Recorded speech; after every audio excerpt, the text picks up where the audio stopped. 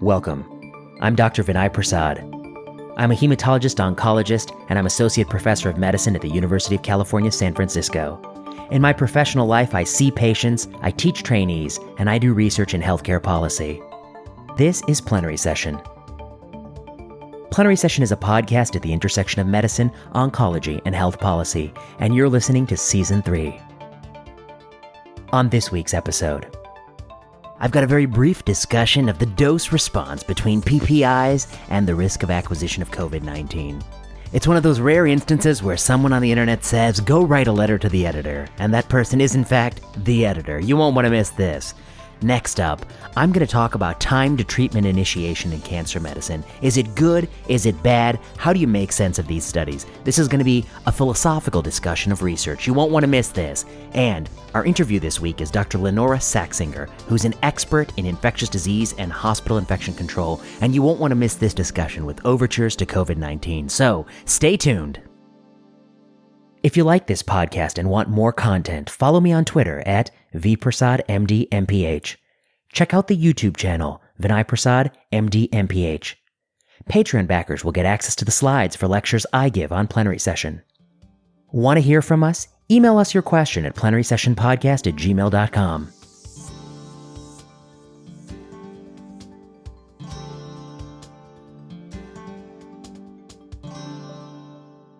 First up, Darren Dolly on Twitter. You know, this was a thread that one of my favorite statisticians to follow, Dr. Darren Dolly, who tweets at StatsEpi, put out. And this is about, I think, COVID-19 publications, what happens when clinicians do research, maybe a little bit too zealously and without the aid and support of good methodologists. So this is what it's about. It's about a new paper that came out that looked to see whether or not in a survey that was administered in a nationally representative sample, whether or not there's an association between PPI use, proton pump inhibitors, and the risk of acquisition of COVID-19. Now, right off the bat, you need to back up and you need to read a paper that Anupam Jena and I wrote in JAMA a few years ago called Pre-Specified Falsification Analyses. And the point of this paper was, when you do retrospective observational studies looking for associations, you gotta have some pre-specified falsification tests, some things that you claim at the outset should not be linked at all, and to double check that they are in fact not linked. Otherwise, you might be entering a space where you are dredging up spurious correlations. That's a paper that I encourage you to read. But the reason I think of that is because the example we use in that paper of a mountain of spurious correlations was none other than PPIs. PPIs have been linked to everything under the sun, in part because they're administered so ubiquitously. If I were to be perfectly honest about PPIs, I think the real question is, many physicians are frustrated with the poor data that supports the long-term use of PPIs. Of course, they're really useful if you've got a patient in your office with H. pylori infection and ulcers. They're really useful, of course, if you have a patient with gastric marginal zone lymphoma. Really useful. Are they necessary for any single person who ever has pain between their xiphoid process and their belly button? That's a question I don't know, but they are prescribed in a widespread manner. And I think that's part of the reason why clinicians are always looking for negative associations, is because some people would like to see them prescribed less. But I would flip that question on its head. I think the burden to prescribe drugs is whether or not the drugs have demonstrated benefit for those indications, and not necessarily to find or dredge up rare or idiosyncratic harms. I don't think that can be the burden. Anyway, I put all this aside, but there was a paper that came out in the American Journal of Gastroenterology. This study looked at 264,000 individuals who had been invited by some proprietary company to complete a survey, of which 128,000 or 48% accessed the website. Of the 86,000 eligible respondents who completed the survey, 53,000 had noted prior abdominal pain or discomfort, acid reflux, heartburn, or regurgitation, and thus were asked about the use of anti-secretory medications. So we're going to look at that 53,000. Of that 53,000, 3,300 reported a positive COVID-19 test, which is 6.4% of the people who had abdominal pain or discomfort. And we looked to see, and we found that PPI use was independently associated with increased odds of reporting a positive test, even after adjusting for a wide variety of social, demographic, lifestyle, and clinical variables. And there was a dose response, blah, blah, blah, therefore, blah, blah, blah, blah, blah, blah, blah, this made the news, blah, blah, blah. And the authors of the study don't see what Darren Dolly saw in 32 seconds and what everyone else saw really quickly. Let's look at Table 1. Table 1. Of the 53,000 people, 20% are between 18 and 29, 27% are between 30 and 39, 48% are men, 51% are women, 64% are white, 8% are black, 4.5% are Asian. Educational levels, 28% have a high school degree or less, 25% have some college, 32% have a college degree, 46% are married, 53% are not married, 43% have a household income below 50,000, 29% have a household income from 50 to 100,000. Okay, that's the cohort. Okay, reasonable. But here's what gets real interesting. Male sex, 34%. Female sex, 65%. Much more likely to be women, apparently. Latinx, 70%. Okay, that's very high. Non-Hispanic Black, 3.5%. White, 18.4%. Okay. High school degree or less, 70%, 69%. Marital status, 81% married. Employment status, 79% employed. Annual household income, 63% over $200,000. This is where it starts to get fishy because you got 70% of people who have a high school degree or less earning routinely over $200,000 a year, mostly women and heavily Latinx. And this is a self-reported survey. When you see this, the first thing that's got to ring in your head is, damn it, the people who fill this survey are bullshitting me. Damn it. And there's a few things that should tell you that. Here's one. As of July 8th, 2020, which is maybe a month and a half since the survey was being performed, we have 3.11 million Americans who have COVID-19 diagnosed. We have about 300 plus million Americans, so that's roughly 0.9%. That's the rough positivity level. And you know what? I'm not going to get into this huge debate about how many people have it and they weren't tested because of antibodies and Santa Clara and all that. I'm not getting into all that. I'm just saying that there's many diagnoses that have been made and that there's many people, and it's about less than 1%, okay? And that's now. This survey was done before. In the survey, somehow, they have a 6% response rate of COVID-19 patients. It's really, really high. So if it is as nationally representative as they think, they're going to have to explain to me why it is 6 times higher than the rate of COVID-19 right now. And at the time, it might be at least 10 times higher than what the rate was during that time. So that's one problem. The next problem they have to explain is just the basic demographics of the table. How is this so heavily enriched in Latinx? How is this a group of people that have a high school degree or less of 70%, but somehow they are really killing it on the job market, making over $200,000 a year? That doesn't fit with the average income of somebody with that level of education. Unfortunately, I think there's a huge problem with wealth inequality and income inequality, but that's what I'm saying. I'm just saying it doesn't pass the bullshit test. It sounds really fishy when you look at Table 1. And so that's what Darren Dolly says. He says, if you like Elizabeth Bick's Spot the Duplication Challenges, let me give you an easy one. Can you spot the batshit crazy Table 1, which is supposed to be describing a nationally representative sample? That's his first tweet. But he turns it up a notch. He quote tweets somebody. While I commend them for their work, a few things jump out to me right away. The data tables, the sample of patients was heavily skewed towards a few demographics. This is Mario Alaya. Darren Dolly then quotes Michael Johansson. This paper has some major problems. Darren then says, what I find most shocking is there's zero discussion of these figures in the paper. They leap off the page. I just can't for the life of me come up with anything even approaching a plausible explanation for these splits. And then you see all these sycophantic tweets from other doctors that just remind you how little research active people actually understand. And he quotes a sycophantic tweet. And if you point this stuff out, the response is to write to the journal editor. And in fact, the author of this study said, feel free to write a letter to the editor, to the journal, and we can exchange ideas beyond 240 characters. Thanks for your interest. And Darren points out, but he is the editor. This guy's the editor. I was like, what? I couldn't believe it. It says, write a letter to the editor, but you are the editor. So just take my tweet, man. I'm telling you, what's wrong with this? And Darren says, and instead of pausing for a second to consider the possible limitations of the quote unquote study, hell no, we're making info sheets for patient. The lead author says, work on an info sheet for patient, and patting ourselves on the back because the study was covered in Time magazine. Popular heartburn drugs linked to heightened COVID risk. Time covers the study.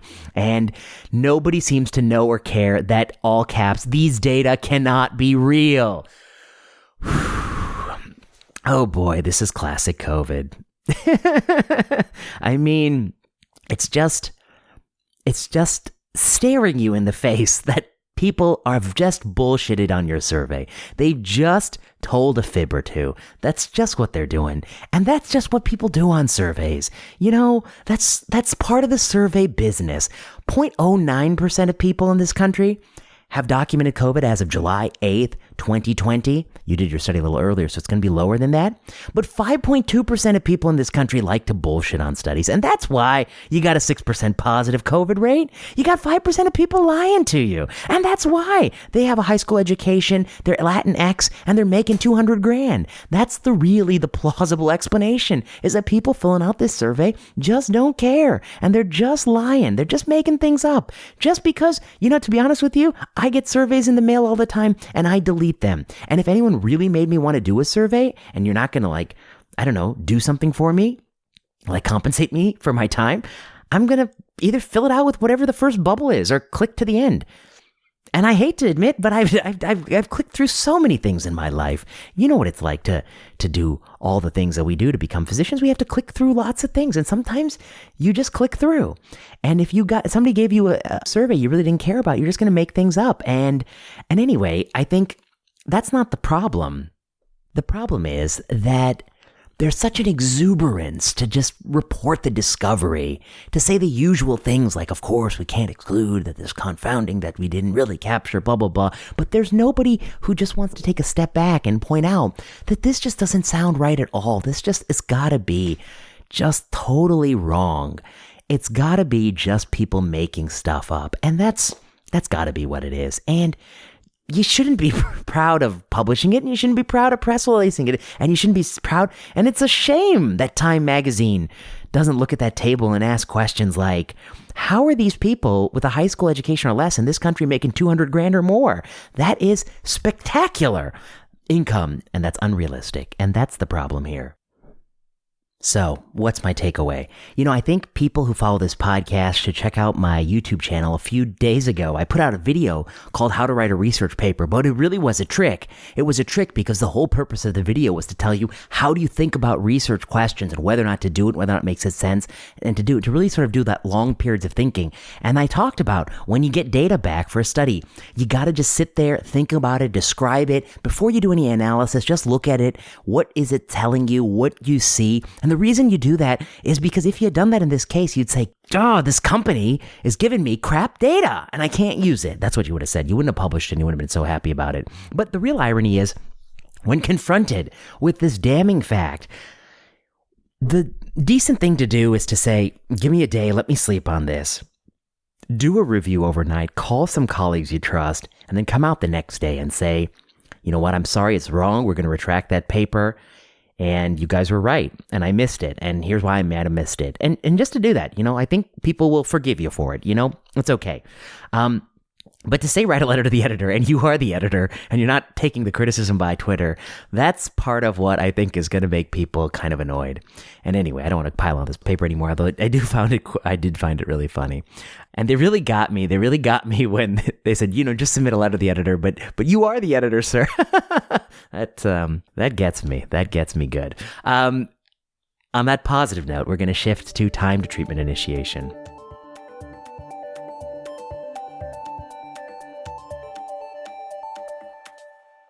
So I saw two tweets this last week that really made me think that this is something that I got to talk to the plenary session listeners about, particularly the HemeOnc trainees, to get them to sort of think about this, I think, a little bit more critically. And I'm not going to be able to answer all the questions you want answered, but that's okay. I'm going to try to articulate how you ought to think about the questions. So that's, I hope, to be the goal. So this was a tweet that somebody said, I don't know who this person is, so I'm just going to redact their name. But they say, I saw a lady who had a 3-centimeter lung tumor in March, and her surgery was postponed due to an embargo on elective surgeries. She came in yesterday with a malignant pleural effusion. This is something we as oncologists long feared. Cancer care is not elective. So, what is this person saying? If you have a 3-centimeter lung tumor, I think by current lung cancer staging guidelines, you're either going to be a 1B, a 2B, 3A, or a 3B, depending on the nodal status. Okay, so if you come in right now with, let's say, a 3 to 4 centimeter tumor, like this person had, and you're not giving me the nodal status, but let's use the 8th edition of TNM staging for lung cancer. You're going to be a 1B, a 2B, a 3A, or a 3B, depending on whether you're N0, N1, N2, or N3. Okay? And if you look at probabilistic tables, as I've done a while back, and actually didn't do it to refresh for this podcast, but I did have done recently, I mean, I think the breakdown is roughly 10, 15% 1, 10, 15% 2, 20, 25% 3, and like 40% 4. That's like the rough breakdown of how lung cancer presents. So it's weighted more heavily, I think, to advanced disease. So this person is not telling us at the outset what this person's stage is. Perhaps the patient did not have adequate staging, likely did not have complete staging done at the time. They knew they had a 3-centimeter tumor. They knew that, things are going to be on hold because of COVID. Next question is, did it really need to wait till July? Could they have done a little bit sooner? Perhaps. But the entire purpose of this tweet, this person who had a 3-centimeter tumor now has malignant effusion.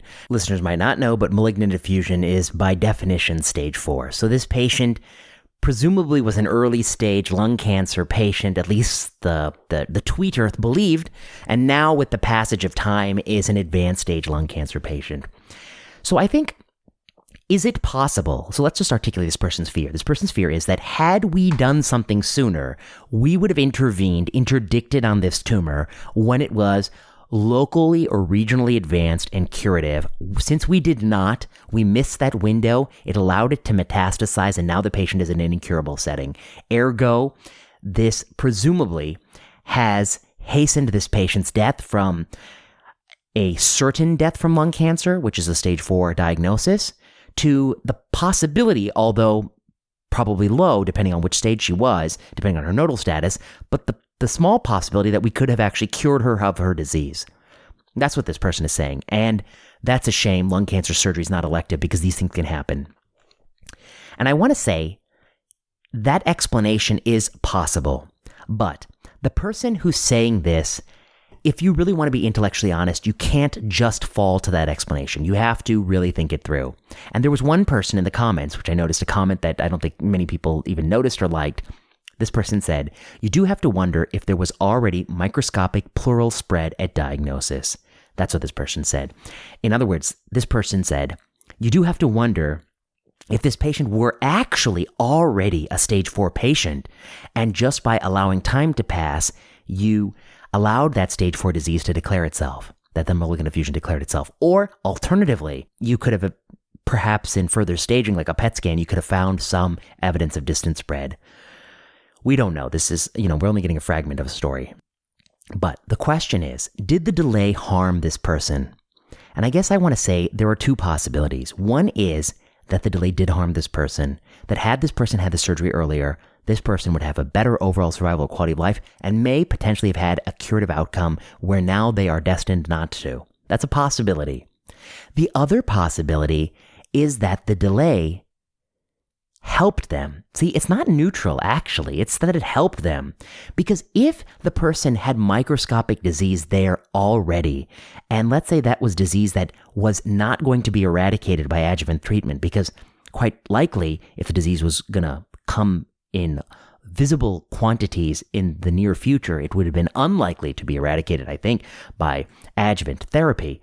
It's quite possible that this person was helped because by waiting, this person is no longer on the aggressive surgical and radiation local treatment bandwagon and is going to get systemic therapy. See, of course, there's a reason why we don't do all that aggressive local therapy for malignant pleural effusion. It's because it just adds morbidity, but doesn't improve quality of life and survival. That's why we don't do it. It's never been shown to do that. And I don't want to get into the big oligometastatic debate. I'm happy to take that debate when we have a large phase 3 study. Anyway, what about neutral? See, I think neutral is not a likely possibility. It either harmed the patient or it helped the patient, the delay. I think neutrality is the position that's hardest to defend because the neutral position doesn't account for the fact that if the disease were already stage 4 at that moment, if it were already sort of incurable at that moment, this neutral position doesn't account for the fact that the interventions we were about to perform, not believing that, do carry pain and suffering by themselves. And thus, I think it's not neutral. That can't be a possibility. It either hurt them or it helped them. It hurt them because we missed a window to cure a person. That's the potential argument for hurt. It helped them because we allowed a disease that was incurable already to declare itself, so we spared someone unnecessary surgery. Do you see my logic there? That's what I'm trying to articulate. So it either helped them or it hurt them. I think neutrality is untenable. And I think what's really remarkable is that the person, like so many people in oncology, they view the patient's story through their own prism, their own glasses. And I want to be honest with you. I don't know which of these two it is, although I do believe that it is statistically more likely to be one than the other. And I'm going to take you through maybe some of the thinking around that. But I don't know for sure. But every time I hear somebody speak about a case, we always assume, the default assumption in oncology is, had we done something sooner, things would have been better, and things turned out badly despite the fact we did everything. See, it's much more difficult for us to accept the fact that it would have been okay to wait and things would have been the same, and that things were going to be this way anyway, and what you did was you added toxicity and pain to someone and you didn't really help them. That's a lot harder narrative to take. And so whenever I hear people talk about narratives, whether it's not, an old frail patient undergoes an aggressive invasive surgery or treatment or chemotherapy regimen and suffers a really bad complication, but then somehow they pull through and they have a good course, and so we credit the good outcome with the fact that we did do those things. What we don't see is that it's very likely, often it's the most likely outcome, that had you not been so aggressive, they would still be alive and well with slow-growing indolent biology right now as they are now, but you would have spared them all that surgical complications and all those misfortunes. I think that's a possibility, but it's a hard possibility because it makes you, it draws your identity in and forces you to ask the question of whether or not you as a doctor, even though you're well-intentioned and even though you may even have the data on your side, but whether or not you did something that did not help somebody. And that's very hard to take. But if you really want to be intellectually honest, you always have to have that exercise. So anyway, my point to this person is, one, you got to entertain both possibilities. I do think, of course, that it is more common, the more likely scenario is that the delay helped this poor person. I know it's really hard to understand, but I think it is for a few reasons. One, statistically, if I know only that the patient had a 3-centimeter lung tumor, statistically, I think among all people with that cancer, they're much more likely to be advanced stage than early stage. I think that's a fact. They're much more likely to be a 4 than they are to really be a 1B. I think that that's a fact. I think the other fact of the matter is, we know even in 1B, if they're 1B clinically, they're not pathologic 1B, by the way, they haven't gone to the OR yet, and we don't know their true nodal status on the full, on the full operative specimen, so they can be upstaged potentially, and they often are upstaged. But it's almost unthinkingly rare that somebody has a 3-centimeter biopsy-proven lung cancer and on surgery they somehow end up with a 1-centimeter tumor. I mean, I think that the direction of going in a lower stage is less likely to occur, especially because of the way imaging is now. So you're much more likely to find something worse on surgery. This is a clinical 1B at best and more likely to be a 2B or a 3A or a 4, even when this person saw the patient initially. We know, even with adjuvant therapy, a sizable percentage of these non-small cell lung cancer patients are going to recur. And they are recurring. Why? Because the cancer spread after you cut it out? No, because the cancer was already spread at the outset. That's why they're recurring. Because the cancer was already stage 4. You didn't have the imaging that diagnosed it accurately. In fact, in a perfect world, if we had really the PET scanner that you could see every single cancer cell, what would it do? What would that PET scanner do? And I'm talking about a world where let's hold constant what we do with CT screening, because of course, if you throw that switch, you're going to really change this equation. But let's say we're holding constant how we diagnose people, which, to be honest, to this date is the majority of people are diagnosed not by CT screening, but through opportunistic scans or through symptomatic presentation. That's still the case because CT screening has low uptake. So in this world, if we have a magical PET scanner where we can see really, really fine occult metastatic disease, what will we do? We will move a lot of people in 1B, 2B, and 3A into 4. We're going to move those people there. We're going to be improving outcomes for early stage disease. But we know that a lot of these lung cancer patients with 3 centimeters tumors do have occult disease.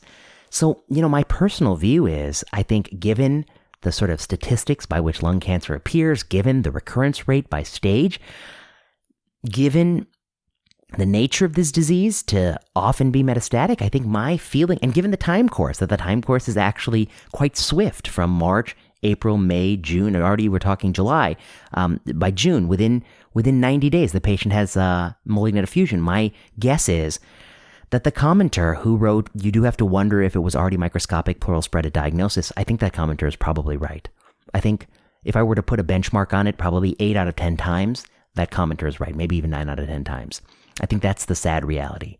And so the person on the back end who feels like, boy, we really missed the opportunity, is probably looking at it the wrong way. We actually, in a perverse way, have spared somebody an aggressive local therapy approach that wasn't really going to benefit them. Anyway, that's just my take on this anecdote. And I don't have all the details. And again, I'm just thinking sort of rough probabilistic terms.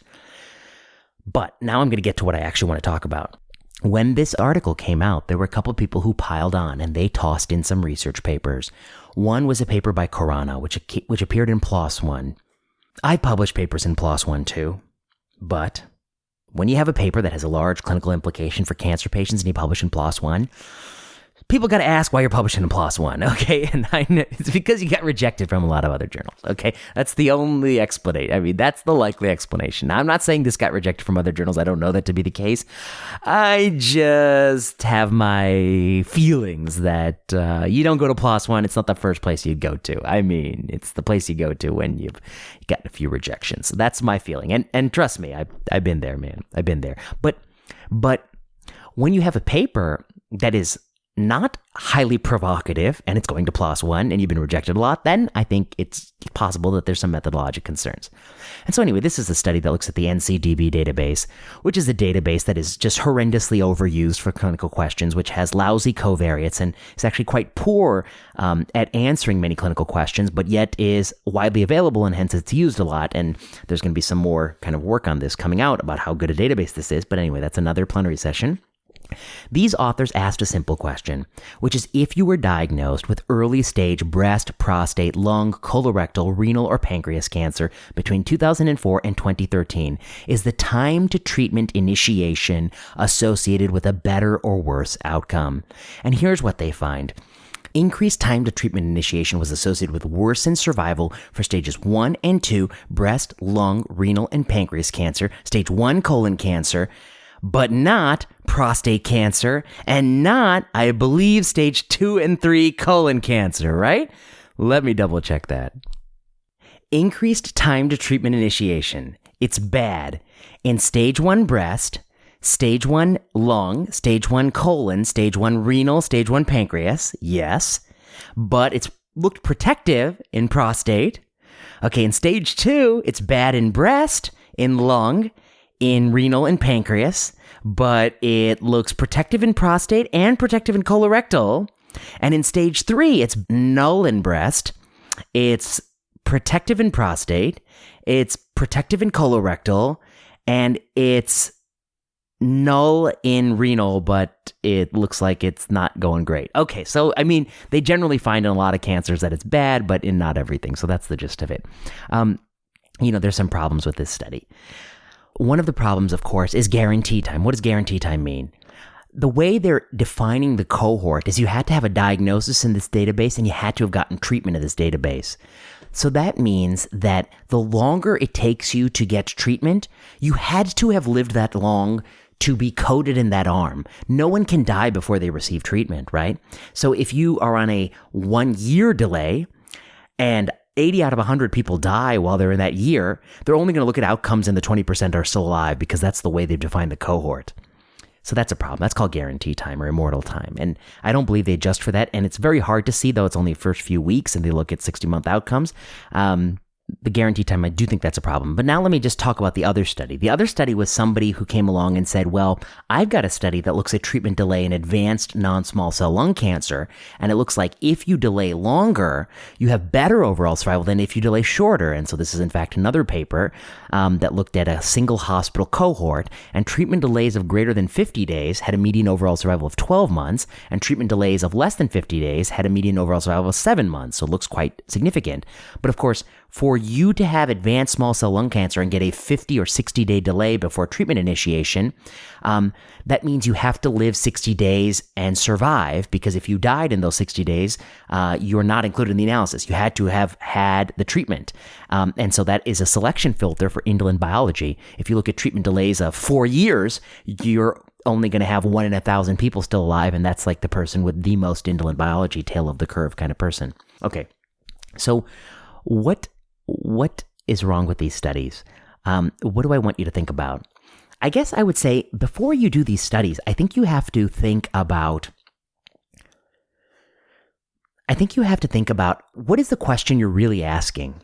The question people want to know the answer to is, I think, twofold. One, in the early cancer setting, if a patient has other things they want to do before they do that definitive surgery for their cancer, how long can they wait before it becomes unsafe or deleterious to their health? That's the question. Or alternatively, if you're in a European or nationalized healthcare system, what is the average wait time we can tolerate for the curative surgery in these local settings before outcomes get worse? I mean, is it okay to have on average 6-week or 8-week wait times for colectomies and things like that? Or are we starting getting into bad outcome territory? That's the related question. Okay. Conversely, if you really go quickly, if you crank up your healthcare system to go really, really quickly, can you get a better outcome? Okay, that's the question. And the same thing is true in the advanced setting, which is if you have a person with non-small cell lung cancer and they come into your clinic, what's the longest they can get away with before starting therapy? If they're feeling okay and they're feeling fine. If it was picked up and they just have sort of small tumor burden, what's the longest they can get away with without starting therapy? At what point does it become dangerous to wait? Alternatively, do we improve survival if we start therapy really, really early? That's the question. That's the clinical question. And that's the settings in which you'd ask the question. And I guess what I want to say is, if you imagine a randomized controlled trial, we might imagine different randomized controlled trials. We might imagine a randomized controlled trial where one arm gets the usual treatment in an American Cancer Center. So there's going to be some distribution of patients. They're getting it, the usual time to surgery. But in the intervention arm, we really try to speed things up. So we're doing breast surgeries as fast as we can, lung surgeries as fast as we can, and we look at overall survival. And I guess I would say I would generally be skeptical that a sort of strategy of rushing to start treatment would improve all-cause mortality significantly in the early cancer setting. That's just a gut feeling, but that's a study that could be done. Alternatively, a European system could try 2 different strategies of whether or not an average 4-week wait time or a 10-week wait time, which has better outcomes. We could do a randomized trial like that. Let's think about the advanced disease setting. We could do a randomized trial of, I think, a few treatment strategies. I mean, there are 2 strategies at least, which is one is you wait for the results of the molecular testing before you start in everybody, or in the other strategy, you give some temporizing maneuver, such as a couple cycles of chemotherapy while you wait for those results. And I think we can ask, is there better overall survival in one arm or the other? Let's say you're doing the randomized control trial of wait versus chemotherapy. And there's a patient who's assigned to the wait strategy who says, I've just been, the last week, I'm feeling worse and worse and worse. I don't know what it is. You check their billy and their billy's starting to go up. They don't look too good. would it be okay in that randomized trial to allow the doctor in exceptional cases to say, you know what, even though we're waiting, and even though we weren't going to give you chemotherapy, you're assigned to the control arm of just waiting. You're not looking so good. The belly's up. I'm a little nervous. Let's just give you a cycle of chemotherapy. I think the answer is yes. It is okay for people who start to present differently. Similarly, if you did a randomized trial in the early disease setting and you randomize people to, we're going to say it is okay for you to take up to 8 or 10 weeks to get your lung cancer resected or your breast lump resected, and you can do other things in that time. We're gonna say that that's okay in the strategy, but then the patient comes in on week 3 or 4 and says, you know what, I'm just super nervous, even though I got assigned to the sort of longer arm. Is there any way we can move it up? And then you can check the schedule and try to move it up. I think that's okay. Similarly, there are going to be people you assign to the delay arm who may die. And those deaths are attributable, perhaps, to the fact that you delayed and didn't give chemotherapy, and you want that weighed into your clinical trial. The reason I start to think about it as a clinical trial in my mind, and this is really, I guess Miguel Hernan should get credit for this. This is a target trial framework. The more you imagine it like a clinical trial, the more you realize how to do the research study retrospectively. And why it's so difficult. Because the reality is, in clinical medicine, the people with early cancers who are getting the treatments quickly are often very different than the people with early cancers who are tolerating sizable delays. In the Corona study, they did notice there's association between race, income, and delays. And that's because people who are wealthy and privileged often do use their status to gain quicker access to surgery. There is a belief that delays are bad and people want things done quickly. And people who are socioeconomically disadvantaged may be more likely to tolerate delays. People who have to switch hospitals, people who are more rural. These are things that may affect the outcome independent of the timing of the surgery. And those are all getting baked into the observational data sets. Similarly, the patient with lung cancer who you look at and you're like, this person cannot wait for NGS. We got to give chemo right now. That person might have different tumor volumes, different tumor biology than somebody you're willing to wait. I think the reality is, this is a question, I started to go the next step and say, could you really even do a target trial framework? And I thought that, you'd have to have an enrollment period by which they maintain stable status. And then you'd have to randomize them to 2 strategies. One strategy, early intervention, the other strategy, delay. I think the best way to do it would be to duplicate the data set. In the delay strategy, you censor anybody who gets treatment, and then until a certain landmark point, and then you look at outcomes. And in the early intervention strategy, you censor anyone who did not get treatment by a certain date, and then you look at outcomes. But the more I thought about that target trial kind of analysis doesn't account for the fact that there's going to be some people assigned to the treatment delay arm, the wait longer arm, who you do decide to legitimately treat earlier. I don't think it gets at that problem. And the more I sort of conceptually thought about how to do the study in a retrospective data set, I came to the perverse conclusion, and if there's any epidemiologists who think it can be done, having heard me articulate sort of the way in which I would do it, being cognizant of the fact that deaths can occur while you're in the wait period, that's one problem, but that's a problem I think that we could kind of tackle. But the other problem is that a doctor can reasonably, I think, assign a patient to a wait arm, but based on a change in clinical scenario, treat them earlier, even though they were initially assigned to a wait strategy, and they ought to be coded in an intention to treat fashion in that arm. So I don't think you can get around it. Let me try one more time to summarize my thoughts on this issue. The purpose of studies that examine whether or not people have better or worse outcomes from treatment delays is not to answer the question of whether or not people have better or worse outcomes from treatment delays. It's to answer prospectively for the person in your office, if they want to wait, if they want to push this off, do they have a worse outcome as a result? That's why you want the answer to the question.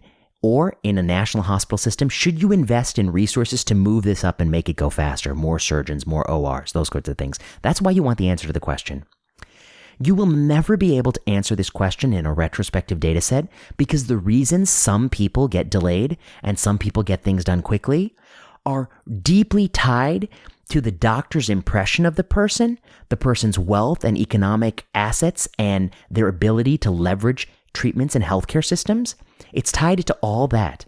And in the advanced setting, especially in the age of genome drivers, the people you wait the longest without treating are people who have the least amount of disease and the most stable, and they look the best. And you think it's okay to wait for the driver mutation status. In fact, they might be more likely to have driver mutations. Those are the people you're more likely to wait. And the people you give chemo early to might be much less likely to have driver mutations. And they might look really sick, and that's why you do it. And not all those covariates are going to be coded in the data set. In the early disease setting, the people who are much more likely to rush in to make room to treat are people who are putting pressure on the system through contacts, through resources, through networks to get things done. And so you're not really answering the clinical trials question. And the more you think about what a clinical trial would look like, how you would design and conduct it to ask whether or not it's okay to wait or better to speed, the more you think about the exceptions, such as a person is initially assigned to a wait to NGS result, but then week 3 they start to look crummy and the doctor says, maybe I want to treat this person. Of course you would allow that because that's part of the art of medicine. That will be built into that arm. You're not going to prohibit them from getting treatment. And the moment you think about that, how you would do the trial, you realize, how can I retrospectively go and code the data in a way that people are assigned to treatment arms in the same way they would be assigned prospectively to a treatment strategy? And I just think it's not possible. Even with the framework of Hernan, I don't think there's a way around that problem. What's the take-home message here? So Chris Booth emailed me, and Chris Booth does very good work, and he told me to take a look at some of the work they're doing, and I haven't read it for this discussion, and that's because I ran out of time. What I want to say about this is both doctors on the internet who have cited these studies are wrong. They're wrong to draw the firm conclusion that early treatment is better from these studies, and they're wrong to draw the conclusion that when they tell their patients it's safe to wait, that it is safe to wait. Those are incorrect conclusions to draw. These studies do not support those conclusions. They do not support those recommendations. There are studies we could do to answer that question. We're not willing to do them. They're difficult to do, but they can be done. It is a mistake to believe you know more than you do. The truth is, you need to have some humility. Cancer is difficult.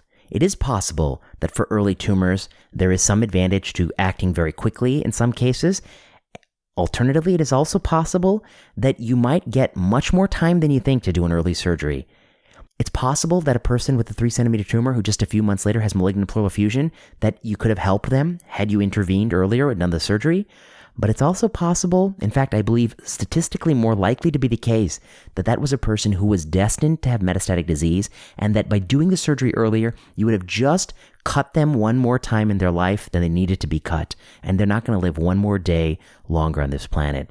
And I think the challenge with cancer medicine is to recognize that we don't always know the answer. Some narratives are comforting. Those are narratives where our treatments work. When we don't do them, that's bad. When we do them early, that's good.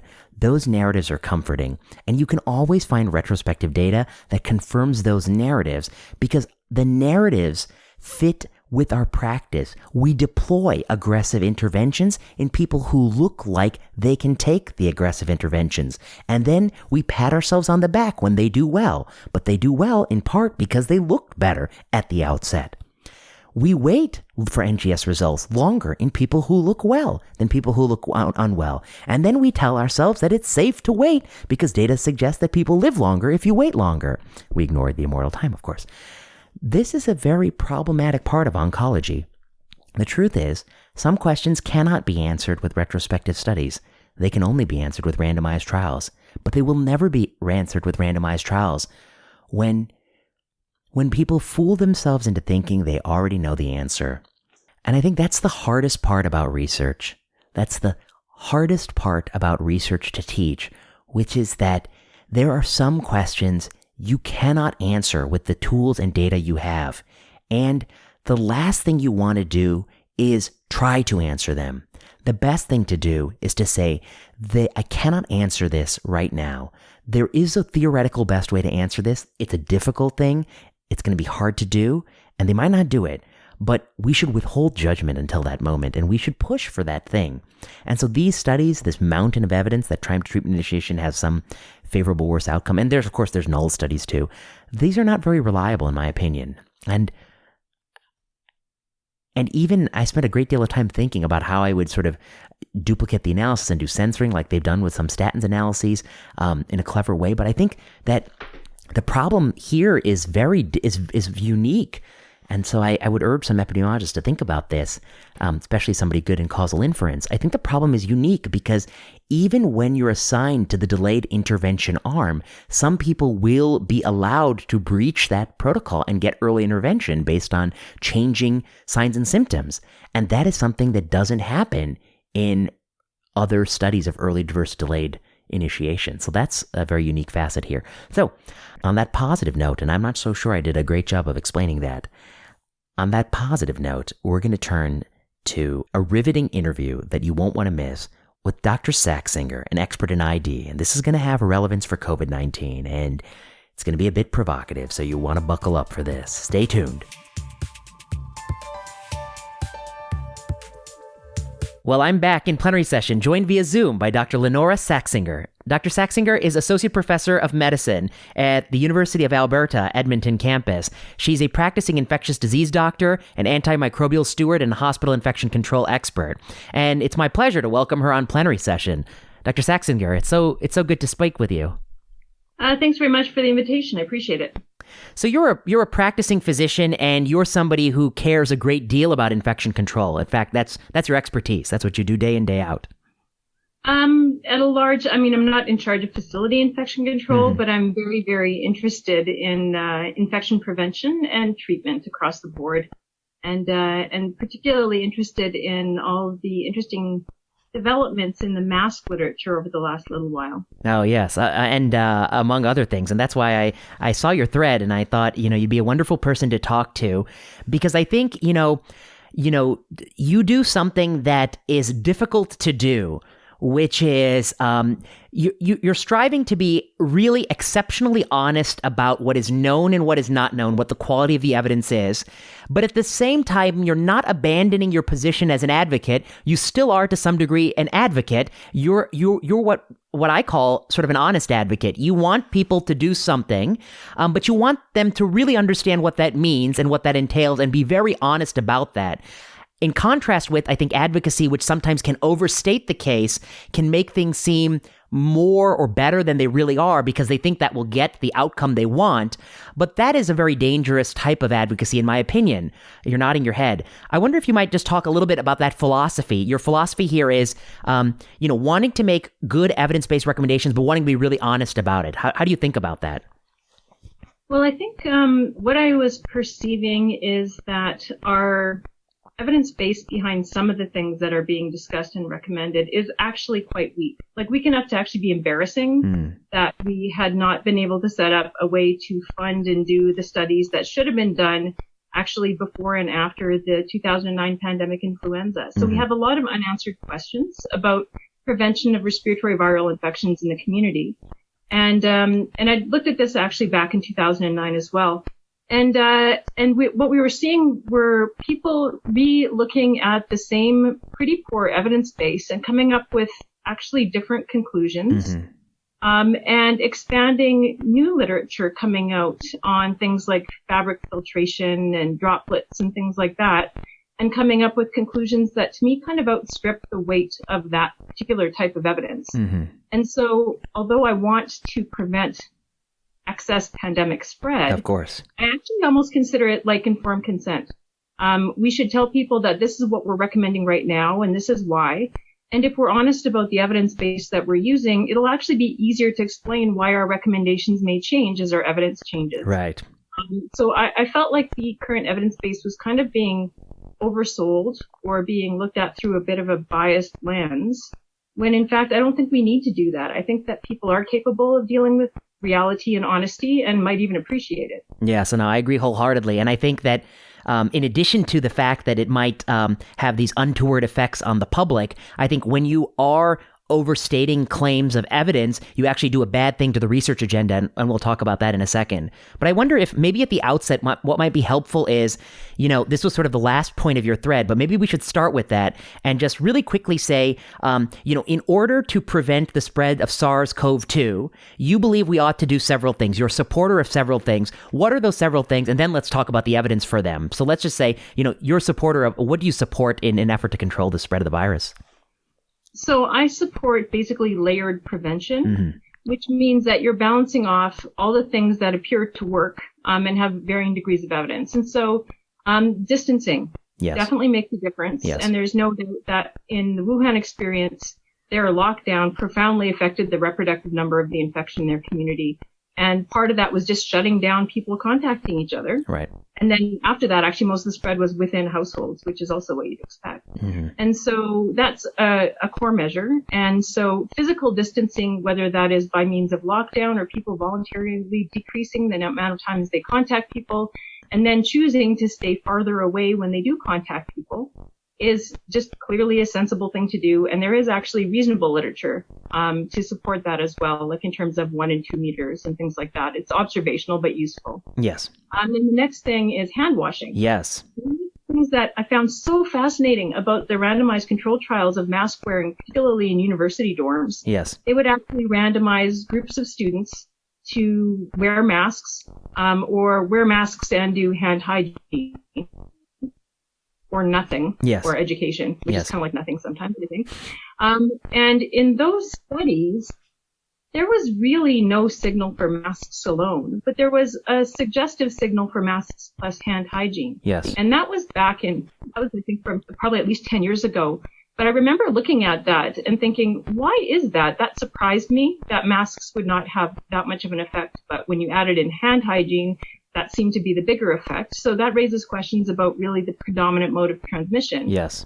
And it's hard to account for, but it's important to account for it. Yes. So yes. one thing that happens when we start focusing on masks for all, masks will let us open up the economy, is that we're actually neglecting the messaging for the other core measures. Yes. And I think that the focus on masks has kind of gotten us to a place where people are forgetting about that, and they're imagining that masks might actually substitute for all these other measures. Yes. At least that's how it feels. It feels that way. When you see how people interpret.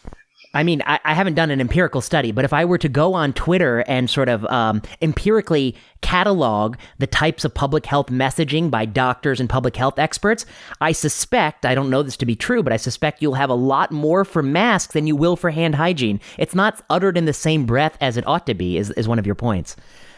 That's right. I kind of go distance, hand hygiene, masks. Right, and perhaps in that order, yeah. Yeah, and the bundles, like in countries that have done well by implementing those measures as well as the population measures, they've done well with the whole package. And so I think it's wrong to peel one piece out of the whole package when we don't have enough evidence to do that. I think we should be applying the whole works all the time, to be honest. And I think overselling masks also leads to the possible risk that if they contribute less to the whole bundle of prevention, that you might actually be doing some relative harm by focusing on them too much. And then let's also talk for a second before we get into all the data. I just want you to mention, you're also a supporter, of course, of test, treat, isolate, of contact tracing and isolation strategies. In addition to social distancing, hand hygiene, and masks, you also support test, trace, isolate. Is that fair to say? Yeah, very much so. So, I mean, on a I guess, more public health unit level and government policy level, if you have spread in the community, but you are able to rapidly test and rapidly contact trace, ask the contacts to isolate, that has been key in a lot of countries where they've actually do these big centralized quarantine studies, and you find the contacts and they isolate and get tested and get followed, and that basically curbs further spread because this spreads so quickly. Yes. That turns out to be another important thing, especially as soon as you start having more contacts within the community when you try to release the public health restrictions. You have to have that test, trace, isolate in place. Otherwise, you go right back to where you were. So I guess I say this all to open is just to get a sense of the fact that, I mean, you're somebody who's broadly supportive of a modal strategy to combat the virus. And your analysis here is what we're going to talk about is strictly based on the best available evidence, which I think the hard part to admit, and the part that shocks me, is that people are unwilling to admit that in many cases that best available evidence is really, really sadly woeful. I mean, it's a shame that we didn't have better evidence. And to some degree, it's a shame that we're not using this as an opportunity to collect better evidence going forward. And I think so. I guess that's kind of how I wanted to frame the beginning of our discussion. Would you say that's a fair characterization? Oh, very much so. I mean, I think what worries me right now is that the zeal for masks, and I'm using that word like zeal, it really is zealous. Yes, that's what I think. Might actually make it very hard to do studies that I still think are important, because quantifying the benefit of masks is incredibly important. We're not through this pandemic by a long shot. We're like maybe a quarter into it if we're lucky. So there's a lot of pandemic left to go through, and going through it by learning from the early stages, I think, is the most responsible thing to do. And I'm quite concerned that the current almost politicization and polarization of the debate will make it hard to do the types of studies that we need to tell us what the best things to do are. Yeah. And that's a sad state of affairs, honestly. Yeah, and I agree with you wholeheartedly there. So let's talk for a second about the masks. I mean, you cited one piece of evidence, which was a randomized controlled trial performed in a college dormitory setting where it's a lot of people in close quarters. The infectious agent in that case, of course, was not SARS-CoV-2. I believe the study you're referring to was during influenza outbreak. Is that right? Yeah, that's right. It's influenza. A lot of the data on masks is in influenza studies, especially randomized trials. The only data we have from coronaviruses are from SARS and MERS and a little bit from COVID-2, and they are and they're all observational. Right. So there is a community mask study which has been enrolling in Denmark since I think April. So I hope that they were able to enroll enough to be able to share some data from that, because I think that will be very important. Yes. Especially as a lot of places are looking for mask mandates. To me, it's hard to mandate something on the basis of the evidence that we have right now. Yes. But I mean, just to make one thing clear is that it is reasonable, I think, to extrapolate randomized controlled trial data in the influenza setting to SARS-CoV-2. Do you agree it has sort of comparable, I mean, to the best of our knowledge, it has comparable transmission dynamics? Is that fair to say? Yeah, the R0 range, the household attack rates particularly, which is, I think, kind of relevant to this. So the household attack rates are very similar. Influenza, they're usually 15 to 20%, and in COVID, the household attack rates range from 7 to 20%. The highest I've ever seen was 25% for like co-sleeping spouses, and so that kind of tells us that the reproductive number is quite similar, or similar enough, and the transmission dynamics appear to be also fairly similar. And so the big difference, I guess, for COVID-19 is that we still suspect that a lot of people might transmit infection prior to becoming ill in a way that they recognize, and so pre-symptomatic or post-symptomatic spread. Yes. So that does make it a bit trickier to extrapolate. But on the other hand, I think most people also would say that if you have someone who's coughing or sneezing near you, it's moderately a higher risk transmission setting as well. And so in these studies, they were masking like everybody all the time as well, as much as possible. So I think it's still relevant. Yes. Yes. And so that's what I wanted to get at. And then the great advantage, I think, of the randomized trial data, even though it is a different pathogen, is that it is not subject to many of the biases of observational studies, one of which you've alluded to, which is that often, countries and settings that deploy one intervention are deploying many interventions at once, and it is very difficult to disambiguate the contribution of each relative intervention. In contrast, in the randomized controlled trial data, they can be disambiguated because one's arms are not being randomized to certain strategies. And then the other thing is, there are all sorts of unmeasured confounding variables in terms of the places that are more vigilant about viral transmission may be the ones implementing policies earlier, and it might be that other vigilance and not necessarily the policies itself that have led to the better outcomes in that village or province or region. Fair to say. Yeah, exactly. I mean, a lot of people like to point to curves of the epidemic in various settings and then circle countries and say, well, they use masks and they don't. I think that that's been something that I've found difficult all along, and I think that one of the problems is that it's very, I guess, intellectually appealing, and it seems intuitively correct, and likewise wearing something over your nose and mouth to prevent spread of something that you're exhaling through your nose and mouth also seems intuitively correct. But in actual fact, the data doesn't really suggest that. The data actually suggests that hand hygiene is at least as important. And so there's a lot of issues, I think, with the weighting of the different types of evidence. And to some extent, I think unfamiliarity with methods of weighting different types of evidence that has come through. Yes. I mean, by that you mean you have a lot of people interested in a question who don't typically sort of make these evaluations in medicine. And in medicine, we know that, certain types of evidence, laboratory experiment evidence, observational studies, these tend to be very low reliability, and randomized control trials tend to be much higher because we have been burned many times before. But now you have a lot of folks entering into an evidence-based debate who don't have that sort of accumulated knowledge of how to sort of rank and prioritize evidence. And that might lead to sort of overstatements, even with the best of intentions. Absolutely. And, that's the other thing that I think is important to recall, especially when things are getting heated and people are, they want to do the best they can to protect the population. And it can get heated because I think there's a perception on one side that saying, well, we don't really have great quality evidence is seen as being anti-mask. I've been accused of that so many times. And I'm like, did you get that part where I was saying distance, hands, wash, masks? Because I'm not anti-mask.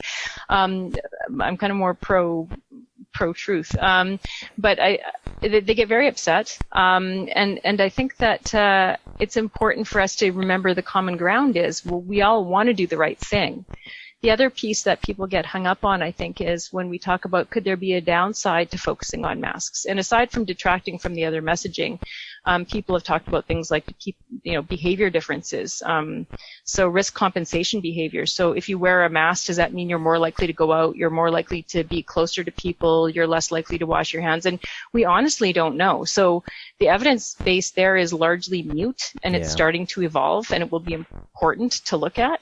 But we honestly don't know if there could be downsides, but people don't want to even accept that there could be a downside. So it's a very strange place. Yeah.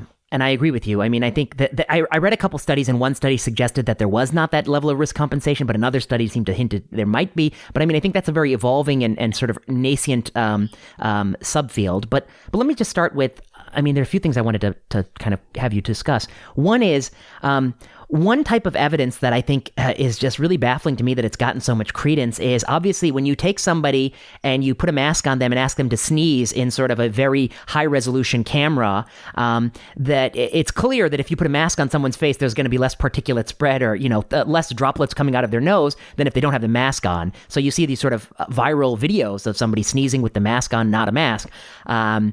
Some people say, they take that as a very high level of evidence that, of course, if I'm wearing this and I sneeze, it's going to catch most of it. That's got to be better. In your thread, you put quote unquote evidence, and then you said lab droplet studies. How do you think of this as a level of evidence, and why? I think you're going to say it's poor, and then why do you think it's poor? I think that a lot of the discussion has been coming from people who are interested in aerodynamics and droplet and airflow and aerosols. So all these areas of, I guess, physical world science. Mm-hmm. And I think that it does seem intuitively strong. It seems robust as a theory. Mm-hmm. But when you actually get to the point of transmission of a virus within a community, it turns out to be really, really, really complicated. And and all of the factors that can go into a series of transmission events can vary from, the individual's airspace, the airflow, how much virus they have in their upper respiratory secretions, whether or not they have sneezed into their hand as their, instead of their elbow, and then they grab the doorknob, then you grab the doorknob, then you touch your eyes. There's a lot of complexity in actual real world transmission events that is really really much more complicated than simply just filtering large droplets. I think respiratory hygiene is actually a legitimate argument for masks. I think that in effect, they're kind of like wearing your handkerchief on your face to catch the large drops. Yes. But it does also seem like there's a lot of transmission that is happening that is not just based on that kind of sneeze in your face type spread. And so we don't want to oversell the benefit of that. And Yes. particularly in this disease, because people get a high amount of virus in their upper aerodigestive tract early on. So it seems like there is at least a good chunk of spread isn't necessarily from the sneezing and coughing. And I don't know if wearing a mask actually helps prevent that all that well, particularly when and we're going to have to get here too. When we talk about a mask, fabrics filtering ranges from like 3% to 60%, depending on the type of fabric. And the properties of fabrics make a big difference. And so when we talk about community masking and cloth masking, it's actually a very varied intervention. Like it's not a single quantity, and that masks vary a great deal in how well they work and how well they fit. And so that's another problem I have, is I think we need to be a little bit more clear about what we think a cloth mask should look like, because you can buy a lot of stuff right now that's single-ply cotton and probably close to useless, but it meets the letter of the law, and I'm not sure that's very useful either. I see. And I mean, the studies that you cited, the college dormitory studies, and there've been many other sort of cluster randomized trials in influenza outbreak settings, typically healthcare workers kind of studies, or nursing home settings.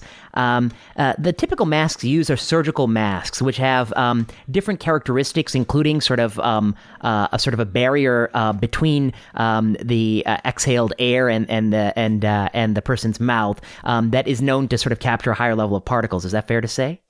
A polypropylene barrier. Yeah, you can get cloth. Yeah, so medical masks generally do better, or surgical masks or procedure masks, but we can just call them medical masks. So they have fairly well-known characteristics, and they've been tested for their filtration efficiency, and they usually come in within a range of filtration that obviously does help, because they also protect healthcare workers in healthcare settings in viral transmission. And so that type of mask would be what these studies have been done with.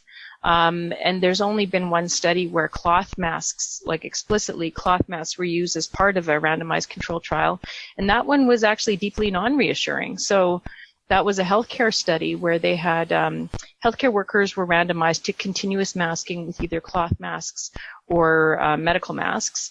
And then the third arm, I think because it was influenza transmission season, they did not have a no mask arm. They had a usual practice arm. So it was really a comparison between whatever that healthcare worker usually does with masking during flu season and continuous cloth mask and continuous surgical mask. And in that comparison, cloth masks actually had the highest risk of infection. It was about 1.5 or 1.6 fold higher in the continuous cloth mask arm than in the intermittent masking arm. Yeah. So I don't think that we've actually even fully excluded that there might be situations where a cloth mask may increase your risk. Like, that's not been excluded by the current studies. This is the McIntyre study, 2015. Yeah, and the nice thing about the McIntyre study, I mean, I think, obviously people can dispute it, but I mean, I guess I'd say, what are some of the strengths of the McIntyre study? The control arm, this is, it's not that you're never allowed to use a mask. You're only allowed to use a mask when you choose to use a mask as a healthcare worker in the flu season. So that to me is a fair control arm, rather than, actually actively preventing people from using the mask. And it did appear that the cloth mask in cluster randomized fashion in the McIntyre study had an increased rate of viral spread in the group that was assigned to the cloth masks. One of the things people say is that the mask is not intended to prevent you from acquiring the virus. It's intended to prevent the virus from being exhaled or spread outward. But your point in when you responded to one of the people who tweeted that was to say, well, these are randomized controlled trials where they're measuring acquisition of virus in the entire cohort, and whether it stops it on the way in or stops it on the way out, that will be accounted for in the way it's measured. Is that fair to say? Yes, it is. And so, I mean, I think that that's people going back to the idea that what we're trying to do is formalize cough respiratory etiquette by using a mask. and prevent transmission from an infected person outwards. And as a matter of fact, that's what the World Health Organization has kind of centralized their messaging around as well for cloth masks in the community, is that what we're trying to do is reduce spread within the community, although there's not a lot of direct evidence for that. But in the healthcare worker studies, they were really looking at acquisition of infection in the healthcare workers. And so I think that's relevant to the discussion as well. And so, yes, the study designs would work both ways, essentially. But the current messaging formally from public health is that we're trying to reduce spread from infected people. And part of that is also, if we want to start getting into deeper waters, whether or not eye protection should be recommended in addition to a mask when you're trying to protect yourself. Now, having said all of that, I think most people, when they wear a mask, I think that there's at least a proportion of people who are feeling like they're wearing it also to protect themselves. Right. I agree. No matter what the messaging says. Right. So I think that we should, look at the evidence both ways.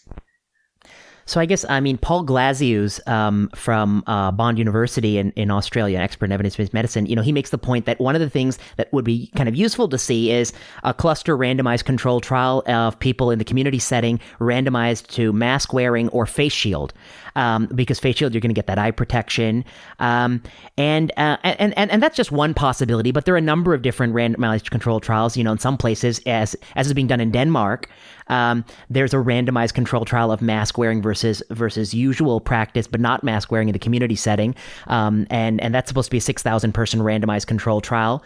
I guess the point here is that, even if one is a supporter of, doing sorts of things, of which, I am actually a supporter of, and I will wear my mask, one can imagine that there are a number of sort of really important randomized control trials that could be done to either A, better quantify the benefit, if any, that masks provide in addition to hand hygiene, social distancing, two, to ask whether or not alternatives that may have higher compliance or higher likelihood of correct use, such as a face shield, which, many people find less irritating, the ones that have sort of that foam pad over the forehead and keep the polyethylene glass sort of a few inches away from your face, that these might have comparable benefits, perhaps even greater benefits. We don't know, and we won't know unless we sort of do well-done studies in this setting. Exactly, and I actually think the face shield question has been getting a lot of airtime, but again, it's an embarrassing lack of data. Our research agenda has not addressed this type of thing very well to date. And the evidence for face shields also keeps on getting sliced and resliced and diced, but there's not that much there. They, in a study, basically reduced direct droplet exposure in a lab-based droplet study by 96% in the very short term, but then over the ensuing 20 minutes, it only reduced the droplet exposure by something like 26%. So I don't want to oversell the possible benefits, but they do have some advantages, including then people can lip read, you can see the face, you can have that kind of human face-to-face interaction, and they might have benefit in some settings, but it really is a bit of an unknown quantity as well. So I think that there has been some interest and uptake in promoting face shields over masks, but I myself would be reluctant to recommend that until we actually have some real-world data on how much and in what situations a face shield might actually be protective. So it's theoretically attractive, but there's a lot of things that are theoretically attractive that turn out not to work. Exactly. That should be the subtitle for medicine, which people forget for the last 100, 200 years. Lots of things that we thought were theoretically attractive turn out not to work. The more you practice medicine, the more you see that. And therefore, it's really important to do the right studies and not just rest your laurels on theoretical attractiveness. One of the things you said that maybe I'll push back a little bit on, which is, mandates. I guess I would say, just my 2 cents on it. And of course, I think this is something that maybe that's not an evidence-based question, so there's maybe no right answer. I guess my view of the mandates is, I think governments can mandate anything they want, really. They can mandate, they can close freeways, they can close the schools, they can close restaurants, they can close shops, they can shut down the whole place. They can mandate masks. They can mandate, but they haven't chosen to have hand hygiene pumps at the front of like grocery stores and and make somebody supervise you, pour that gel in your hand and rub your hands for 30 seconds. That's something I haven't seen, but they can mandate that. They can mandate wearing goggles. They could mandate face shields. They can mandate all sorts of things. I mean, in my opinion, I think, I'm not a legal expert to know about that, but I think that they, in the throes of sort of a severe pandemic, if things are really bad and cases are escalating and death toll is escalating, I don't think there are many of us who are going to protest if they implemented all of these things.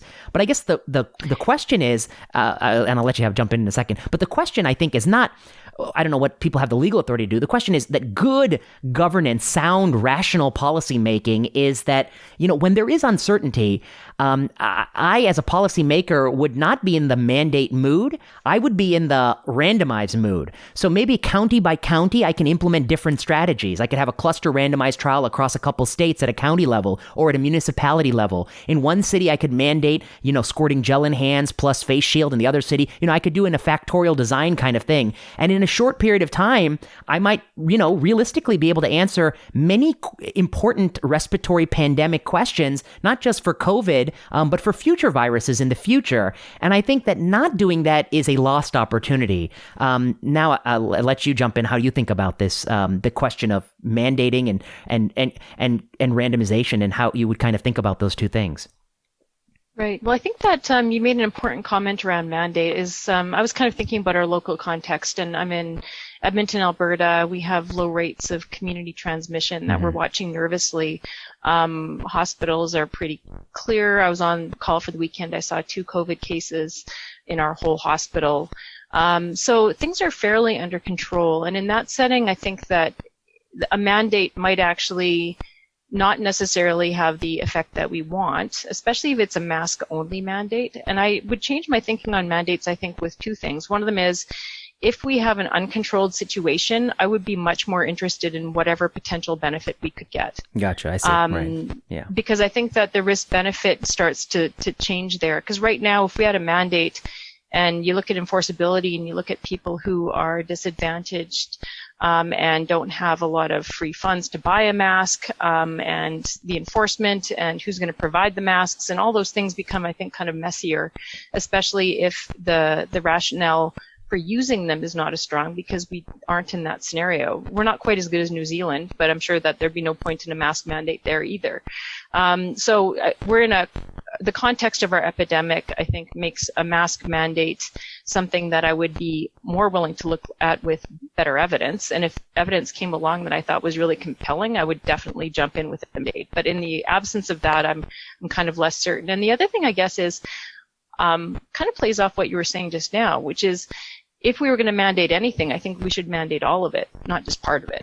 Right. And that becomes an opportunity, as you were discussing, to see what happens. And I think that the combinations that you were discussing, like the kind of thought experiments that you were doing, seem to me like they should be something that happens. And I'm just not sure if we're going to have the ability to do that, even though I think there's equipoise on the research questions, just because the polarization in the media discussions, social media, might make it impossible to actually carry it through. And that would be a terrible loss of opportunity, because, as I was saying, this is not the end of the pandemic for a long time yet, and we still need to know what to do for the latter parts. And also, this might not be the last respiratory virus pandemic that we come across in our lifetimes, and so we should try to bank up some information to assist us for the next one. So it's complex, and I'm not actually against mandates, but I do think that the situation in which mandates occur should be informed by the local epidemiologic context, and also they should be informed by potentially looking at a bundled mandate, not just masks. Yes. And I guess I see what you're saying. So you're not philosophically opposed to mandates. If you were in New York City in February or March and cases are just soaring and there's, widespread transmission, then you're going to say, okay, let's just shut this down, do all this stuff right now. On the other hand, based on where you are right now in Edmonton with low rates of community transmission, that's when you really have to ask these tough questions. And I guess my point of view is I might even mandate, and I don't know if I would mandate it or just kind of, but I don't know. I'll have to think about it more. But I think that I would sort of think that governments should be in the role of getting randomized trial data. They can do different mandates in different counties, and I think that would be acceptable to see if which of these components is the most important and which is the most sustainable. I mean, that's another thing, which is that we might be in it for the long haul and have to do things for 12 to 18 months or even longer. And you don't just need interventions that are effective; you need them to have sustained efficacy. And that's a tricky thing because I don't want to get into anecdotes, but when I walk around, I see people wearing masks inappropriately or doing things that probably are thwarting the benefit of the mask. I kind of want to pull my hair out. But I mean, you do need strategies that people can live with and that will persist for a while. I certainly agree with that. I mean, I think that it is, we have to figure out what people can make part of their daily life and still function to an extent and maintain community transmission at sufficiently low levels that we can proceed with a functional life and a functional society for the foreseeable future. And so I guess if masks are part of that, then we have to do a better job on messaging what the masks should be like, how they should be worn. They actually subsequently retracted that study that suggested there was a lot of virus on the outside of masks after people coughed and sneezed. Right. The Annals of Internal Medicine study. Yeah, that was a bad study. They don't know their PCR. Yeah, exactly. I'm like, oh dear. But yeah. But I mean, that kind of did raise the question about, does wearing a mask, if you're not also really hardcore on hand hygiene, could that increase your risk? Because if you're infected and you're sneezing or coughing or exhaling, talking moistly, as our Prime Minister said, into your mask, and then you're handling it, does that actually concentrate virus that you're then spreading around with your hands?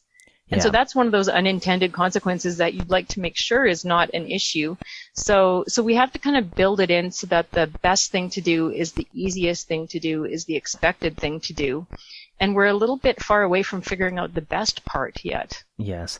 And I mean, and the other reality is that mask rules only apply to a small percentage of your daytime. And so you're at home and coughing and sneezing on your hands or, rubbing your nose and touching your eye, and you come home, you might not hand sanitize. I mean, it's a very complex way in which viruses transmit. And that's why I think it's kind of, I don't know, I thought it a little bit comical when people were showing me videos of like somebody sneezing into a mask. And I was like, yeah, of course, it's going to catch a lot of droplets, right? But that's not, transmission occurs, it's 24 hours a day, 7 days a week. It can happen at any moment. It could happen when you rub your eye. Nobody knows exactly when it's transmitting, and that's why we do randomized trials measuring the thing in itself, which is, does the intervention, the policy intervention, actually result in lower rates of transmission? That's why we do those gold standard studies. That's why we don't rely on what happens in a high sensitivity camera, with one sneeze. That's just totally different. I mean, it would be like approving drugs based on what they do in vitro assays, which thankfully we're not that bad yet.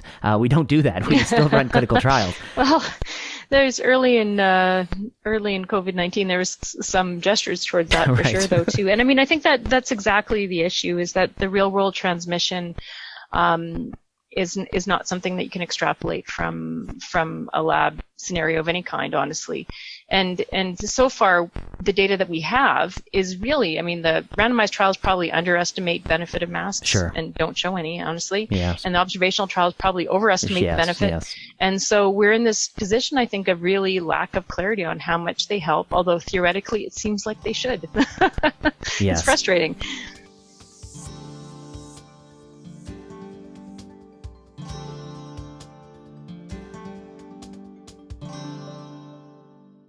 Now let's talk for a second about what has surprised me. I guess I'm not surprised in any moment of crisis that there's going to be sort of a strong vocal movement to stick their thumb in the eye of whatever people say. So, I mean, whatever it is, there are people who believe crazy things about vaccines, and there are people who don't want to wear masks and they think it's a violation of freedoms or whatever. I mean, there's all sorts of kind of fringe views on that side. So that's actually not surprised me too much, that there's always going to be somebody who doesn't like any new rule. Ironically, they may turn a blind eye to rules that have existed for a long time that make no sense, but that's the way life is. But what has surprised me is on the other side, many people who are normally, I think, very careful, articulate spokespeople for evidence-based medicine or thinking critically about medical evidence and what is shown and not shown, being very cautious, really scientists. What has shocked me is that there's a faction of those scientists who, as you describe accurately, they've become zealots. They have really become people who are proselytizing on this issue. They really are gung-ho.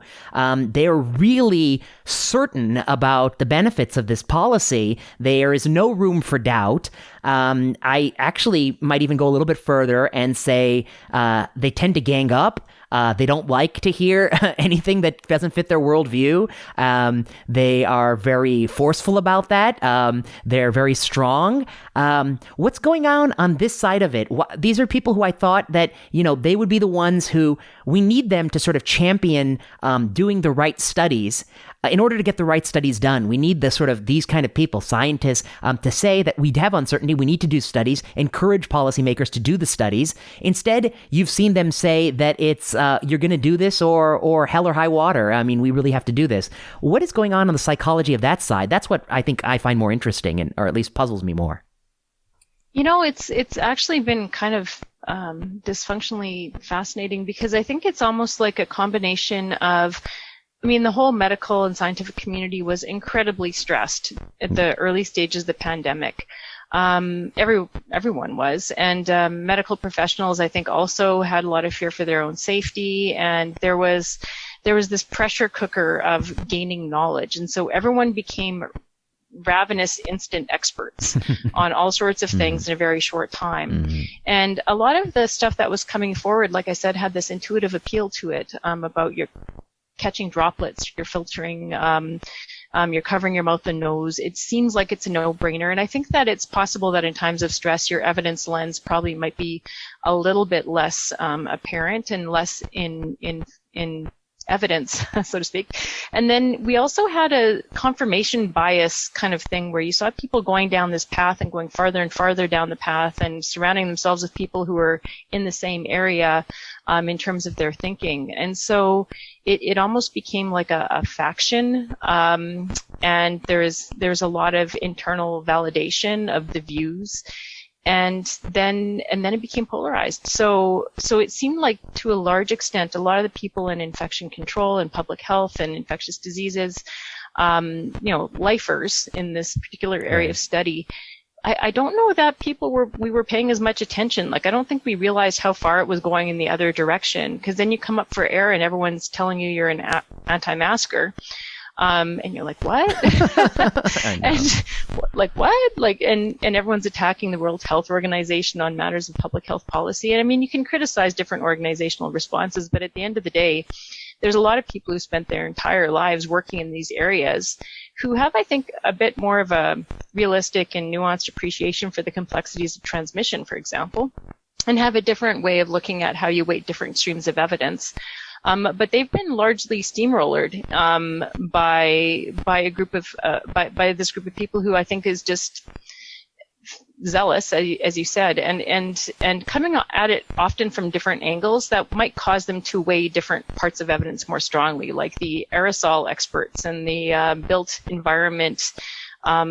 Environmental public health experts and engineers and chemists do see things differently, and they see it through their lens, and so that type of information weighs more for them, whereas we're kind of interested in, did the person get infected?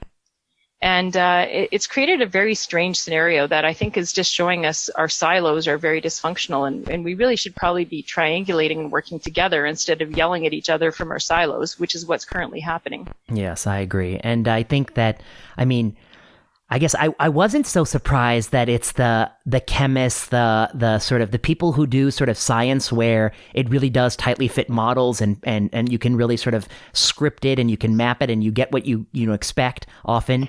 I wasn't surprised that they were sort of gung-ho. What surprised me was that people who are typically doctors who live in the gray, we live in gray, we live in uncertainty, we live with sort of often bad evidence and we know that just because things sound plausible, they don't always work.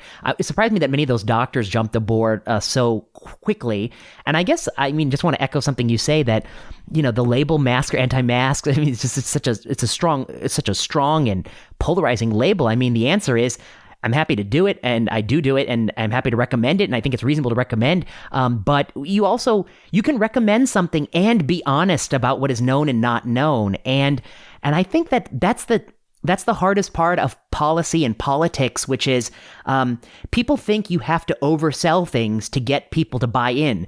The reality is sometimes being absolutely totally honest is the way you get the greatest buy-in, whether it's in the doctor's office or whether it's, to sort of a public health measure, because then people understand if something switches, it's because, oh, why did it actually switch? Well, because this was the evidence to begin with, and this is what actually went into it. But when you oversell things, I think you really do create sort of a false idea of science, and what science knows and what science says. It makes it harder for you to kind of reorient the ship somewhere down the road. And it really leads to sort of a deep antitrust, a deep loss of trust in science. And I'm very scared about that outcome. I share those concerns so much. And you're right that there have been some very prominent clinicians who have really a very influential voice, who have been, I think, on the pro-mask side to a degree that I think is not as critical of the evidence base. Mm-hmm. And that actually does definitely burn bridges in terms of being able to say, well, the advice has changed for these reasons. I literally have a bobcat outside my window right now. It's kind of scary. It actually looks like he's going to come through my wall, but I'm not sure if he will. So oh, wow. That's one of the luxuries of living out in Edmonton, huh? Yeah, he's like, okay, excellent. I'm on the first floor, so it's I don't know what they're doing. However, so I do think that there's some people who have very influential voices that have kind of taken a less critical look at the evidence and have taken a very strong position. And I do think absolutely that makes it harder to adjust your course in the face of evolving evidence. And I also think it's going to be harder to get the evidence with that as part of the picture. My experience has been that when I bring that up, when I say, look, I'm not anti-mask, I just think that we have to promote the whole package until we figure out what parts are most important and in what situations they should be used, is that there's a fairly strong defensive reaction to that. And it's hard to know how to negotiate the way forward from that. But to be honest, with some of the treatment stuff, we were able to come back from the precipice. We are now seeing people being much more critical about, just throwing everything at it in case it helps, which I think is a human urge to help. Does in fact make some of these things look more attractive, especially during times of a lot of stress. But I think that we're seeing that we're walking back from that less critical approach, the just try anything approach. And so hopefully we can walk back with the whole masking and other public health interventions and take it to a place where we can map our course carefully and plan what we need to do to maximize the benefit. And I do think it's going to be of serious importance in the short term to try to get the public messaging back on track, because it's been all over the map, and I think people are confused and fed up, and they're basically just picking a team and going with it, which is, I think, the worst possible outcome. Right. Well, I guess I would say I appreciate your enthusiasm. I'm not sure I share it 100%. I guess I would say I 100% agree with you that that the way we use drugs in critically ill COVID patients reflected, all of the things you describe, anxiety, uncertainty, and it was irrational. And I'd never seen anything like it. People giving multiple unproven agents for a new viral condition. I'd never seen anything like that, and just so confident that would be a good idea. Hydroxychloroquine, azithro, tocilizumab, steroids, and then later, when we do get, a preprint from the recovery trial about dexamethasone, the same people who were very happy to give every single patient unproven drugs is suddenly a hypercritic about interaction coefficients, about pre-registration of protocol. They're the ultra critic of this randomized trial. I was like, what? 10 minutes ago, you're just giving random thing, the kitchen sink. But anyway, I do think you're right. We've pulled back from that. The pendulum definitely swung. It swung so much that it was a little bewildering. It swung from no evidence to like, oh, this randomized trial only has 6,000 people. I need 60,000. It's like, oh my God. Okay, well. That's so true. So that was one thing. But the anticoagulation, I'm a hematologist, that's still just a disaster. People are not, we don't have the data yet, but they're very happy to just anticoagulate full dose, all these sorts of things because they believe that's going to help. That's another conversation. The sort of the mask thing, I think it's I think it's going to be lost. I don't know it'll be people will back away from because I don't know what has happened, but it has become something that something happens in the zeitgeist and things that should be the matter of sort of, I don't know, meticulous appraisal of evidence, which I think is what you're trying to do. They become interchangeable with identity. And this has become something that people have identified with. They've signed petitions. They've, have hashtags. They're activists on this issue. And once it gets to that level, it becomes internalized in that way. I don't think it'll go. I just think if anyone listened to this whole interview, they're going to be quite upset. Even though we're not saying anything that I think anyone should be upset about. But I think it's become internalized, and once it becomes part of your identity, it's hard to sort of change. I don't know. I mean, I think it's a problem, and it's problem. We're just seeing one little slice of this problem, but this is a broader societal problem, and I guess I'm not sure how to address it. An intolerance for people trying to take nuanced views on an issue is a problem in society today.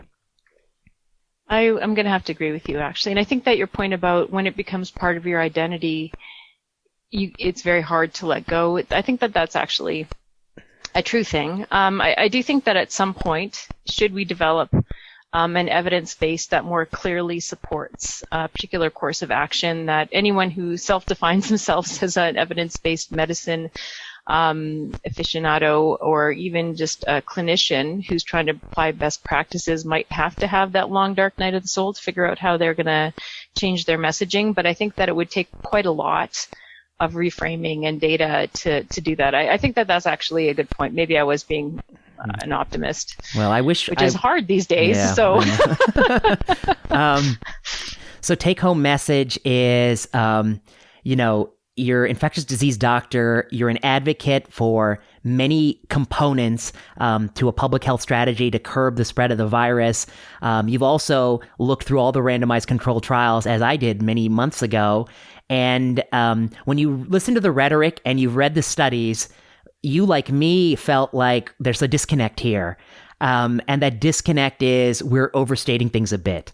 And that might not be the best thing for science. Is that a fair summary of your view?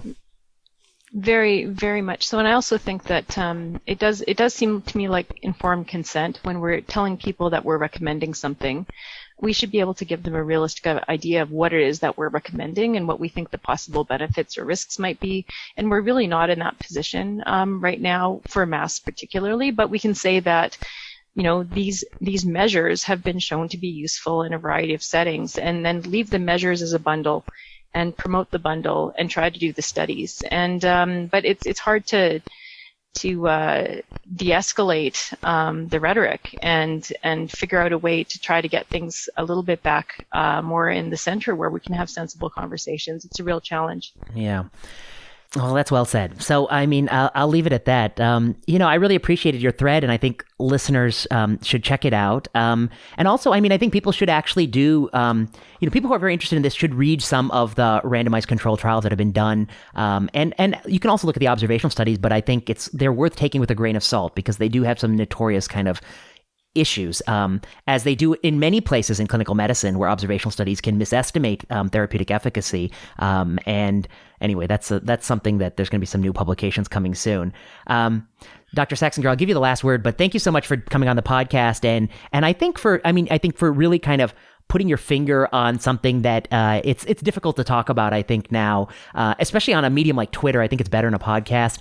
People can kind of see us frame it a little bit more clearly with a little bit more nuance. But, I went to say, actually, there was somebody who replied to you. I got to read it to you because I think it's just so emblematic of I think where we are as a society. It might have been one I chose not to read. Yeah. When you stick your neck out, you're like, oh dear, I don't think I'm going to go back there for a while. Oh, here it is. You overly rely on statistical significance to argue against mandatory #Mask for Canada and ignore the well-founded science-based precautionary principle, ignoring decision under uncertainty, rules unwittingly results in poor pandemic risk assessment, and then just puts a lot of people in. And then you had a defender, Amanda Hempel. She's not saying we should ignore the decision. She's saying we should be intellectually honest about the fact that data for masks is poor and that masks should be part of a bigger conversation on prevention strategies, but they have become the near exclusive focus.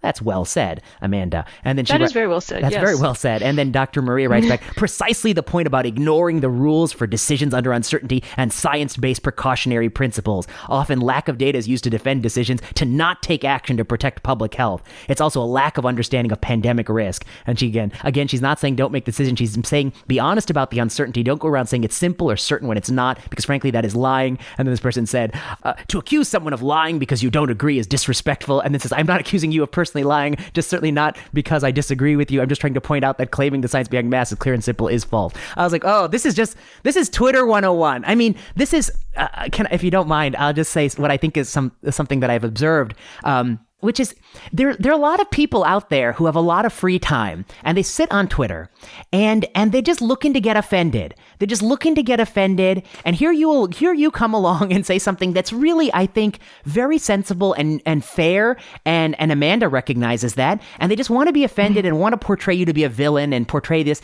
And I just think, this is just one tiny little nugget.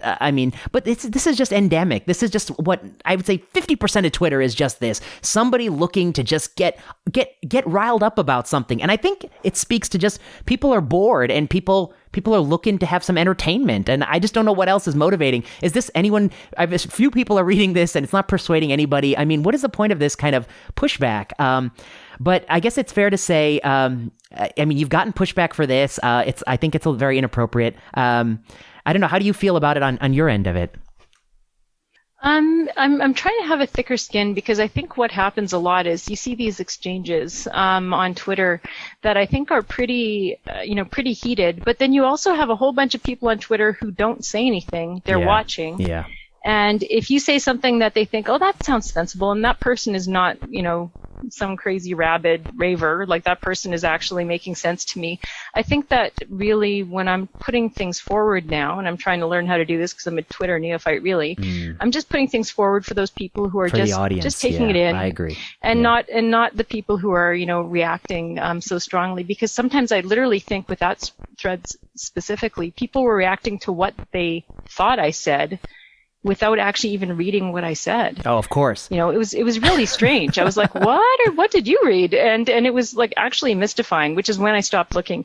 But I do think that, but I think that exchange is basically telling you where the polarization is. It's really profoundly polarized, and it's a problem. It's a problem. No, I mean, people saying that you said things you didn't say. That's Twitter. I mean, I said something like, the U.S. has like 9 times as many cases as the U.K. and we have not done nearly as many, I think, therapeutic randomized controlled trials as like Recovery and Discovery and Solidarity. We're not doing as good a job in my opinion. I said something like that, and then somebody made it out to be like, oh, you don't think the UK can do good studies? And I was like, I didn't say that at all. What? I'm just saying that that's not what I said. I was like, but that's you have to have thick skin. I think your thread was, it obviously generated a huge response. A lot of people retweeted. I think there are a lot of people like you, a lot more people like you, who are honestly a little bit nervous about saying what you said because they're afraid of this kind of reaction. And that's a shame, because if we get to a point where people who are reasonable and who've looked at evidence and have a lot of experience in the field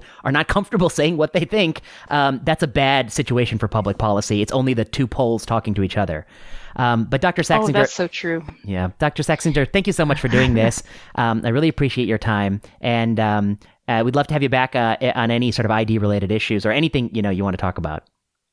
Oh, that's lovely. Thank you. I really enjoyed the opportunity to kind of share ideas. That was really useful for me too. Thanks so much. You've been listening to Season 3 of Plenary Session. Plenary Session is produced by Kiana Klossner. Music by Ian Straley and Audrey Tran.